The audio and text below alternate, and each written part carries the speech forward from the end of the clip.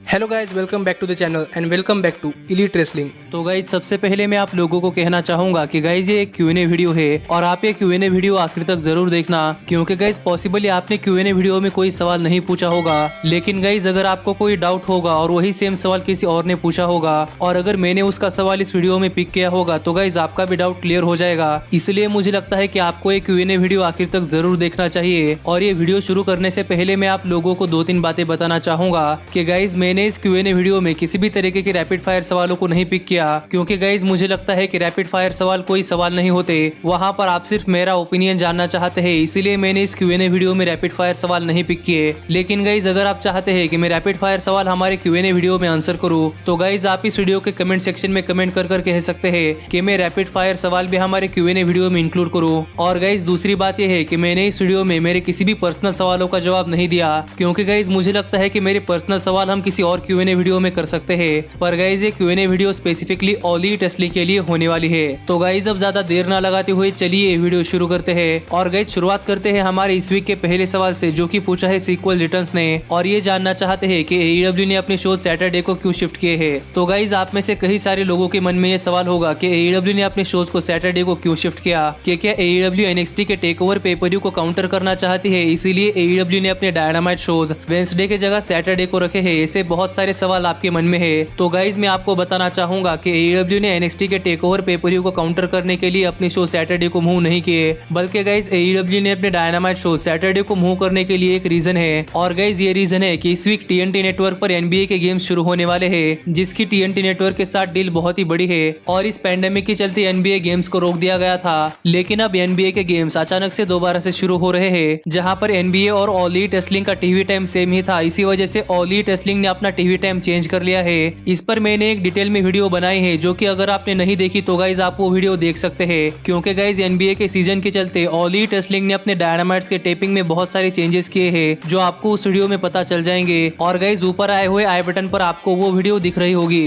पर गाइज अगला सवाल बर्न इट डाउन पूछते हैं, और गाइज ये जानना चाहते हैं कि हाल फिलहाल में ऑल एलीट रेसलिंग इतनी बोरिंग क्यों हो रही है। तो गाइज ये सिचुएशन सिर्फ ऑल एलीट रेसलिंग के साथ ही नहीं, बल्कि वर्ल्ड की सभी रेसलिंग प्रमोशन के साथ है, क्योंकि गाइज इस पैंडेमिक के चलते किसी भी रेसलिंग अरीना में कोई भी फैन नहीं आ रहा, जिसकी वजह से हमें ना सिर्फ ऑल एलीट रेसलिंग बल्कि बाकी रेसलिंग प्रमोशंस को देखने में भी मजा नहीं आ रहा। और इसका रीजन कुछ और नहीं बल्कि फैंस है, क्योंकि गाइज आप कितना भी बेस्ट शो प्रोड्यूस करो, लेकिन गाइज उस शो को रिएक्ट करने के लिए फैंस नहीं होंगे, तो गाइज हमें उस शो के एक्चुअल लेवल पता नहीं चलती। इसीलिए गाइज हमें हाल फिलहाल में ऑल एलीट रेसलिंग के साथ साथ बाकी सारे रेसलिंग प्रमोशंस को भी देखने में मजा नहीं आ रहा। पर गाइज अगला सवाल AJ खान जबीर ने पूछा है, और गाइज ये जानना चाहते हैं कि WWE हाल फिलहाल में काफी सारी इंडिपेंडेंट रेसलिंग प्रमोशंस को खरीद रही है, जैसे कि इवॉल्व रेसलिंग और ICW। तो क्या इसका असर ऑल एलीट रेसलिंग पर पड़ सकता है या नहीं। तो गाइज ये काफी अच्छा सवाल है, और गाइज मुझे लगता है कि इसका असर ऑल एलीट रेसलिंग पर जरूर पड़ेगा, क्योंकि गाइज WWE काफी सारी इंडिपेंडेंट रेसलिंग कंपनियों को खरीद रही है, जिसका मतलब जो कोई रेसलर उस इंडिपेंडेंट रेसलिंग प्रमोशन के लिए काम कर रहा है वो ऑटोमेटिकली WWE के लिए काम कर रहा है। और गाइज ऑल एलीट रेसलिंग जो रेसलर WWE की इंडिपेंडेंट रेसलिंग प्रमोशन के लिए काम कर रहा है, उस रेसलर को ऑल एलीट रेसलिंग में साइन नहीं कर सकती, जिस वजह से ये ऑल एलीट रेसलिंग के लिए काफी बुरी न्यूज है। लेकिन गाइज हाल फिलहाल में WWE ने सिर्फ 2-3 इंडिपेंडेंट रेसलिंग प्रमोशंस को ही खरीदा है, और अभी बाकी सारे इंडिपेंडेंट रेसलिंग प्रमोशंस US में एक्टिव है। और गाइज यही अगला सवाल है बायोलॉजिकल फैक्ट्स का, और गाइज ये जानना चाहते हैं कि ऑल एलीट रेसलिंग में लांस आर्चर का फ्यूचर क्या होगा,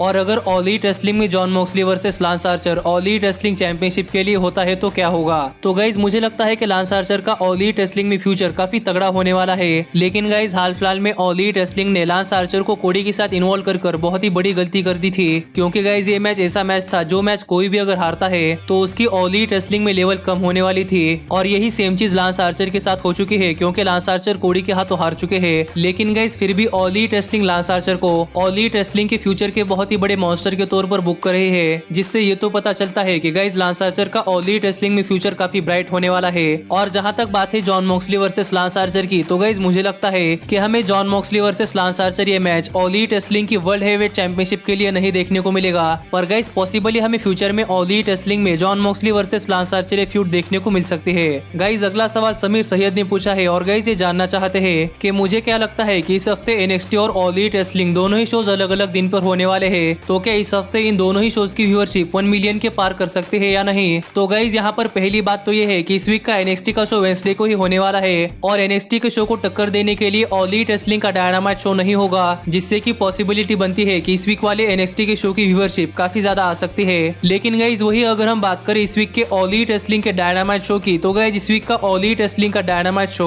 NXT के टेकओवर पेपेरू से हेड टू हेड कंपटीशन में जाने वाला है, जिससे कि मुझे लगता है कि इस वीक के ऑल एलीट रेसलिंग के डायनामाइट शो को ज्यादा व्यूअरशिप नहीं मिलेगी, क्योंकि गाइज एक जगह ऑल एलीट रेसलिंग एक नॉर्मल डायनामाइट शो कर रही है, लेकिन गाइज वही NXT अपना पेपरव्यू कर रही है और गाइज पेपरव्यू की लेवल नॉर्मल टीवी से ज्यादा होती है। इसलिए मुझे लगता है कि इस वीक NXT को व्यूअरशिप में फायदा हो सकता है, लेकिन गाइज इस वीक ऑल एलीट रेसलिंग को व्यूअरशिप में ज्यादा फायदा नहीं होगा और पॉसिबल NXT की व्यूअरशिप 1 मिलियन के पार भी जा सकती है। पर यही अगला सवाल मुकुंदा नेपाल पूछते हैं और गाइज ये जानना चाहते हैं कि यंग बक्स जब रेसल करते हैं तो निक जैक्सन और मैट जैक्सन को कैसे पहचाने, और ये भी जानना चाहते हैं कि 18 to 49 एज डेमोग्राफिक में नंबर 1 की पोजीशन पर कौन आता है। तो सबसे पहले यंग बक्स के बारे में बात करते हुए मैं आपको बताना चाहूंगा कि अगर आप ध्यान से देखोगे तो आपको मैट जैक्सन के चेहरे पर बियर्ड दिखाई देगी, लेकिन गाइज निक जैक्सन अपने चेहरे पर कभी भी बियर्ड नहीं रखते, जिससे कि आप आराम से समझ सकते हैं कि निक जैक्सन और मैट जैक्सन कौन है। और मुझे यंग बक्स में नहीं बल्कि द उसोस में ज्यादा कंफ्यूजन होता है कि जिमी उसो कौन है और जे उसो कौन है। और मैं आपको फन फैक्ट बताना चाहूंगा कि मैं अभी रिकॉग्नाइज नहीं कर पाता कि जिमी उसो कौन है और जे उसो कौन है।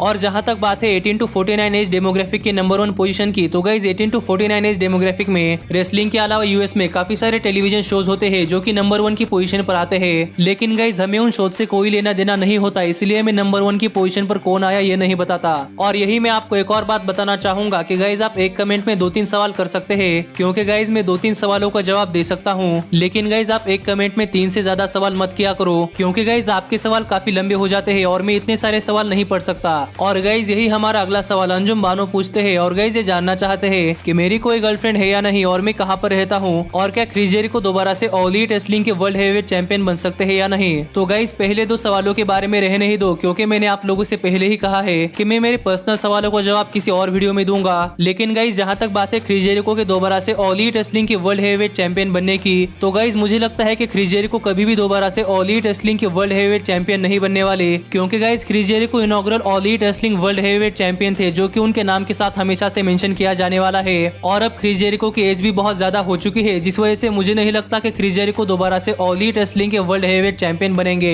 और गाइज यही अगला सवाल माजिद खान पूछते हैं और गाइज ये जानना चाहते हैं कि AEW अपने पेपरव्यू मैचेस के लिए कोई कॉन्ट्रैक्ट साइनिंग क्यों नहीं करती जैसे कि WWE करती है, और हैंगमैन पेज को सिंगल्स पुश कब मिलेगा, और AEW में मनी इन द बैंक आ सकता है या नहीं। तो गाइज सबसे पहले तो मैं आपको ये बताना चाहूंगा कि ऑल एलीट रेसलिंग में कॉन्ट्रैक्ट साइनिंग क्यों नहीं होती। तो गाइज इसका रीजन ऑब्वियस है कि ऑल एलीट रेसलिंग WWE की पूरी तरीके से कॉपी नहीं दिखना चाहती, इसलिए ऑल एलीट रेसलिंग अपने हर किसी पेपरव्यू मैच के लिए कॉन्ट्रैक्ट साइनिंग नहीं करती। और इसी चीज के बारे में बात करते हुए क्रिस जेरिको ने अपने लेटेस्ट सैटरडे नाइट लाइव में भी कहा था कि क्रिस जेरिको हर किसी पेपरव्यू मैच के लिए कोई कॉन्ट्रैक्ट साइनिंग नहीं करना चाहते, क्योंकि गाइज हर किसी पेपरव्यू मैच के लिए अगर कोई कॉन्ट्रैक्ट साइनिंग होती है तो गाइज आपको कॉन्ट्रैक्ट साइनिंग देखने में ज्यादा बोर होता है। इसलिए guys Chris Jericho all elite wrestling के साथ मिलकर अपने पेपरव्यू मैचेस के लिए कोई और आइडिया लगाते हैं, जैसे कि हमें क्रिस जेरिको वर्सेस कोडी के मैच के लिए कॉन्ट्रैक्ट साइनिंग देखने को मिली थी। Chris Jericho versus Jon Moxley match के लिए दोनों का ही वेट इन हुआ था, और हाल फिलहाल में क्रिस जेरिको और ऑरेंज कैसिडी मैच के लिए एक डिबेट हुई थी। तो गाइज इस तरीके के ही कुछ अलग सेगमेंट कर ऑल एलीट रेसलिंग WWE से थोड़ा सेपरेट होना चाहती है, क्योंकि गाइज काफी सारे लोग कॉन्ट्रैक्ट साइनिंग देख कर बोर हो चुके हैं इसलिए। और जहां तक बात है हैंगमैन पेज की, तो गाइज मुझे लगता है कि हैंगमैन पेज को नेक्स्ट ईयर से सिंगल्स पुश मिलना शुरू हो जाएगा,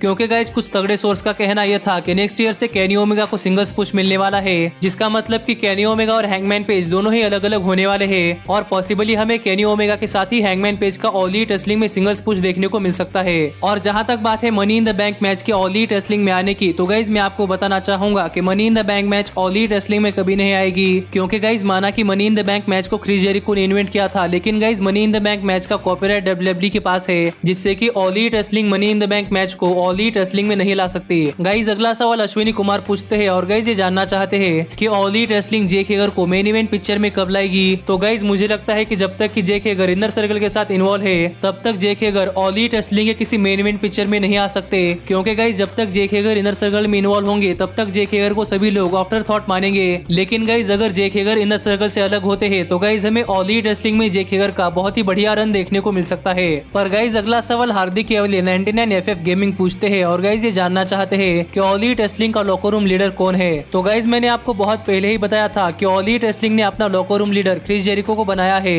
और गाइज तब से लेकर अब तक क्रिस जेरिको ही ऑल एलीट रेसलिंग के लॉकर रूम लीडर है। गाइज अगला सवाल नूर सहरन पूछते हैं और गाइज ये जानना चाहते हैं कि क्या साल 2020 में Jeff Hardy all elite wrestling में आ सकते हैं या नहीं, और एरिक रोवन का ऑल एलीट रेसलिंग में कब रिटर्न होगा। तो गाइज मैं आपको बताना चाहूंगा कि जेफ हार्डी अपना कॉन्ट्रैक्ट खत्म होने के बाद ऑल एलीट रेसलिंग में आने के बारे में सोच रहे हैं और पॉसिबली नेक्स्ट ईयर मार्च के आसपास जेफ हार्डी का WWE कॉन्ट्रैक्ट खत्म होने वाला है, जिसके बाद अगर WWE जेफ हार्डी को अच्छे खासे पैसे ऑफर नहीं करती तो हमें जेफ हार्डी WWE छोड़कर ऑल एलीट रेसलिंग में आते हुए दिखाई दे सकते हैं। लेकिन गाइज जहां तक बात है एरिक रोवन की रिटर्न की, तो गाइज मुझे लगता है कि आप यहां पर ऑल एलीट रेसलिंग में एरिक रोवन का डेब्यू पूछना चाहते हैं। तो गाइज मुझे लगता है कि हमें जल्द ही ऑल एलीट रेसलिंग में एरिक रोवन का डेब्यू देखने को मिल सकता है, लेकिन मुझे नहीं लगता कि हाल फिलहाल में जो रूमर सामने आए हैं उस तरीके का एरिक रोवन का डेब्यू हमें ऑल एलीट रेसलिंग में देखने को मिलेगा। लेकिन गाइज अगला सवाल सुपर साइनिया मिनाटी पूछते हैं और गाइज ये जानना चाहते हैं कि क्या ब्रायन केज अपनी FTW चैंपियनशिप ऑल आउट में डिफेंड करेंगे या नहीं। तो गाइज मुझे लगता है कि स्टोरी लाइन के हिसाब से ब्रायन केज अपनी FTW championship all out paper में डिफेंड कर सकते हैं, लेकिन गाइज FTW चैंपियनशिप की कोई वैल्यू ही नहीं है, तो गाइज हम FTW चैंपियनशिप को एक चैंपियनशिप मैच नहीं कह सकते। गाइज अगला सवाल इनका है जिनका नाम मैं अच्छी तरीके से प्रोनाउंस नहीं कर पा रहा, पर गाइज आप चाहो तो इनका नाम देख सकते हैं, क्योंकि गाइज मैं किसी का भी नाम गलत प्रोनाउंस नहीं करना चाहता। लेकिन गाइज ये जानना चाहते हैं कि क्या हमें क्रिस जेरिको और ऑरेंज कैसिडी के बीच में एक और मैच देखने को मिल सकता है या नहीं। तो गाइज मुझे लगता है कि हमें क्रिस जेरिको और ऑरेंज कैसिडी के बीच में एक और मैच जरूर देखने को मिलेगा, क्योंकि गाइज अभी तक क्रिस जेरिको और ऑरेंज कैसिडी के बीच में 2 मैचेस हो चुके हैं और एक मैच में क्रिस जेरिको जीते हैं और दूसरे मैच में ऑरेंज कैसिडी। तो गाइज इन दोनों ही रेसलर्स के बीच में एक और मैच देखना बनता है और पॉसिबली हमें अगले ऑल आउट पेपर में इन दोनों के ही बीच में एक और मैच देखने को मिल सकता है। गाइज अगला सवाल केनी ओमेगा पूछते हैं जो जानना चाहते हैं कि क्या ऑल एलीट रेसलिंग ने केनी ओमेगा के हील टर्न का आइडिया ड्रॉप कर दिया है या नहीं, क्योंकि गाइज हाल फिलहाल में ऑल एलीट रेसलिंग की तरफ से ऐसी कोई भी चीज नहीं देखने को मिल रही जो दिखाती है कि केनी ओमेगा हील टर्न करने वाले हैं। तो गाइज मैं आपको बताना चाहूंगा कि हाल फिलहाल में ऑल एलीट रेसलिंग ने केनी ओमेगा के हील टर्न का आइडिया थोड़ा सा होल्ड पर रखा है, क्योंकि गाइज अभी भी केनी ओमेगा और hangman page all elite wrestling के टैग टीम चैंपियंस है और गाइज मुझे लगता है कि जब कभी केनी ओमेगा और हैंगमैन पेज अपने टैग टीम चैंपियनशिप लूज कर सकते हैं तभी हमें केनी ओमेगा या फिर हैंगमैन पेज का ऑल एलीट रेसलिंग में हील टर्न देखने को मिल सकता है, क्योंकि गाइज ऐसा नहीं है कि ऑल एलीट रेसलिंग इन दोनों ही रेसलर में से किसी एक का हील टर्न नहीं करने वाली, क्योंकि गाइज यहाँ पर ऑल एलीट रेसलिंग हमको ट्रोल कर देखना चाहती है कि केनी ओमेगा हील टर्न करेंगे या फिर हैंगमैन एडम पेज। लेकिन गाइज अगला सवाल टेको भाविन पूछते हैं और गाइज ये जानना चाहते हैं कि क्या ऑल एलीट रेसलिंग के डायनामाइट शो की व्यूअरशिप कभी रॉ और स्मैकडाउन के आसपास आ सकती है या डायनामाइट की व्यूअरशिप 1 मिलियन के आसपास ही रहेगी। तो गाइज मुझे लगता है कि ऑल एलीट रेसलिंग की व्यूअरशिप धीरे धीरे बढ़ सकती है, लेकिन गाइज अगर हम रेसलिंग फिगर्स को देखें तो गाइज रेसलिंग फिगर्स दिखाते हैं कि पिछले कुछ सालों से रेसलिंग इंडस्ट्री के सभी शोज की व्यूअरशिप धीरे धीरे कम हो रही है। इसलिए गाइज मुझे लगता है कि ऑल एलीट रेसलिंग की व्यूअरशिप में ज्यादा लोग नहीं जुड़ेंगे, लेकिन गाइज हमें रॉ और स्मैकडाउन की व्यूअरशिप ऑल एलीट रेसलिंग के आसपास आते हुए दिखाई दे सकती है। और ये तो सिर्फ मेरा ओपिनियन है, जिसके ऊपर आपका क्या कहना है ये आप मुझे कमेंट कर बता सकते हैं। लेकिन गाइज अगला सवाल धावंती व्यास पूछते हैं और गाइज ये जानना चाहते हैं कि क्या ऑल एलीट रेसलिंग भी WWE की तरह अपना अरीना चेंज करने वाली है या नहीं। तो गाइज मैं आपको बता दूं कि WWE के पास खुद का परफॉर्मेंस सेंटर था, लेकिन WWE के पास खुद का अरीना नहीं था, इसलिए WWE ने अपने शो को थोड़ा सा फ्रेश फील लाने के लिए अपना अरीना चेंज किया है। लेकिन गाइज ऑल एलीट रेसलिंग के पास खुद का अरीना है जो कि है डेलीज प्लेस, जिस वजह से मुझे तो नहीं लगता कि ऑल एलीट रेसलिंग कभी भी अपना अरीना चेंज करने वाली है और हमें इस साल का ऑल आउट पेपर भी डेलीज प्लेस में से ही देखने को मिलने वाला है। गाइज अगला सवाल वर्ल्ड ऑफ रेसलिंग पूछते हैं और गाइज ये जानना चाहते हैं कि क्या टोनी खान कभी ऑल एलीट रेसलिंग में कोई मैच रेसल करेंगे या नहीं, और अगर टोनी खान ने ऑल एलीट रेसलिंग में कोई मैच रेसल किया तो क्या वो फेस होने वाले हैं या हील। तो गाइज मुझे लगता है कि टोनी खान कभी भी ऑल एलीट रेसलिंग में कोई मैच रेसल नहीं करने वाले, क्योंकि गाइज टोनी खान का सपना था कि वो कोई रेसलिंग कंपनी चलाए, ना कि वो किसी स्टोरी लाइन में आए। और विंस मैकमैन स्टोरी लाइन में इसलिए आए थे क्योंकि विंस मैकमैन को WCW को हराना था, लेकिन गाइज ऑल एलीट रेसलिंग को किसी को भी नहीं हराना, इसलिए मुझे नहीं लगता कि टोनी खान कभी भी ऑल एलीट रेसलिंग में रेसल करने वाले हैं। गाइज अगला सवाल पठान शाहबाज पूछते हैं और गाइज ये जानना चाहते हैं कि ऑल एलीट रेसलिंग अपने प्रोमोज में बैकस्टेज अरीना ज्यादा क्यों नहीं दिखाती। तो गाइज मैं आपको बताना चाहूंगा कि हर किसी रेसलिंग प्रमोशन का अपना अपना एक तरीका होता है जिससे कि वो अपने शोज को अपनी तरीके से टेलीकास्ट करती है, जहां पर WWE अपने बैकस्टेज अरीना से बहुत सारे प्रोमोज शूट कर लेती है और बाद में वो प्रोमोज अपने टेलीविजन पर दिखाती है। लेकिन गाइज यहाँ पर ऑल एलीट रेसलिंग में ऐसा नहीं है, क्योंकि guys all elite wrestling WWE से थोड़ी अलग होना चाहती है, इसलिए ऑल एलीट रेसलिंग WWE की तरह काफी सारे बैकस्टेज प्रोमो नहीं दिखाती। लेकिन गाइज हमें ओकेजनली ऑल एलीट रेसलिंग के बैकस्टेज प्रोमो देखने को मिलते हैं। गाइज अगला सवाल अक्षय धामा पूछते हैं और गाइज ये जानना चाहते हैं कि ऑल एलीट रेसलिंग में कौन सी फीमेल रेसलर विमेंस रेवोल्यूशन को लीड कर सकती है और ऐसी कौन सी 3 फीमेल रेसलर है जिनको मैं ऑल एलीट रेसलिंग में विमेंस रेवोल्यूशन करवाने के लिए लाना चाहता हूँ। तो गाइज मुझे लगता है कि हाल फिलहाल में ऑल एलीट रेसलिंग में ऐसे कौन सी भी फीमेल रेसलर नहीं है जो कि ऑल एलीट रेसलिंग में विमेंस रेवोल्यूशन ला सकती है। और गाइज मुझे लगता है कि ऑल एलीट रेसलिंग में कोई नई फीमेल रेसलर साइनिंग ही ऑल एलीट रेसलिंग में फीमेल रेवोल्यूशन ला सकती है, जिसके बारे में हम अभी कुछ नहीं कह सकते कि आगे चलकर कौन सी female wrestler All elite Wrestling company को साइन करेगी या नहीं। लेकिन गाइज अगर आप मुझसे पूछो कि मैं ऑल एलीट रेसलिंग रेसलिंग में विमेंस रेवोल्यूशन लाने के लिए कौन सी 3 फीमेल रेसलर्स को ऑल एलीट रेसलिंग में साइन करना चाहूंगा, तो गाइज मेरे लिस्ट में टॉप पर होने वाली है साशा बैंक्स, क्योंकि गाइज मुझे लगता है कि साशा बैंक्स WWE के अलावा ऑल एलीट रेसलिंग में काफी बड़ी सुपरस्टार बन सकती है। गाइज दूसरी रेसलर होगी टेसा ब्लैंचर्ड, क्योंकि गाइज मुझे लगता है कि हाल फिलहाल में वर्ल्ड में टेसा ब्लैंचर्ड जैसा बेस्ट रेसलर कोई और नहीं है। लेकिन गाइज तीसरे रेसलर के तौर पर मेरे मन में 2 नाम सामने आ रहे हैं और मैं कंफ्यूज हूँ कि मैं इन दोनों में से किसका नाम लूं, क्योंकि गाइज इनमें से पहली है शेना बेजलर, जो कि अगर ऑल एलीट रेसलिंग में आती है तो ऑल एलीट रेसलिंग की टॉप रेसलर बनने के लिए उन्हें ज्यादा टाइम नहीं लगेगा। लेकिन गाइज दूसरी रेसलर है एजे ली, जो भी अगर दोबारा से रेसलिंग में आती है तो गाइज वो भी रेसलिंग की एक बहुत ही बड़ी सुपरस्टार बन सकती है। इसलिए मैं इन 2 नामों में कंफ्यूज हूँ। लेकिन गाइज आप मुझे कमेंट कर बताइए कि आप किसे देखना चाहोगे। पर गाइज हमारे आज के Q&A वीडियो का आखिरी सवाल कुणाल शर्मा पूछते हैं, जो जानना चाहते हैं कि क्या कभी इनर सर्कल टूटेगी या नहीं। तो गाइज मैं आपको बताना चाहूंगा कि मुझे लगता है कि रेसलिंग फैक्शंस टूटने के लिए ही बनती है और गाइज किसी भी फैक्शन के लिए एक न एक दिन वो आता ही है जहाँ पर वो फैक्शन टूटती है, जिस वजह से मुझे लगता है कि फ्यूचर में इनर सर्कल भी जरूर टूटेगी। लेकिन गाइज अभी ये होने में काफी टाइम लगने वाला है, क्योंकि गाइज इनर सर्कल का टूटना ऑल एलीट रेसलिंग की एक मेजर स्टोरी लाइन में से एक होने वाला है। पर गाइज आज की वीडियो यही तक की थी और अब मिलता हूँ आपसे अगली वीडियो में। पर तब तक stay healthy, stay happy and keep watching elite wrestling. Hey, did you like that video? Click the screen for more. And where do you think you're going? And thanks so much for being the elite. The elite, the elite. What, Nick, you're not going to sing it all with me this time?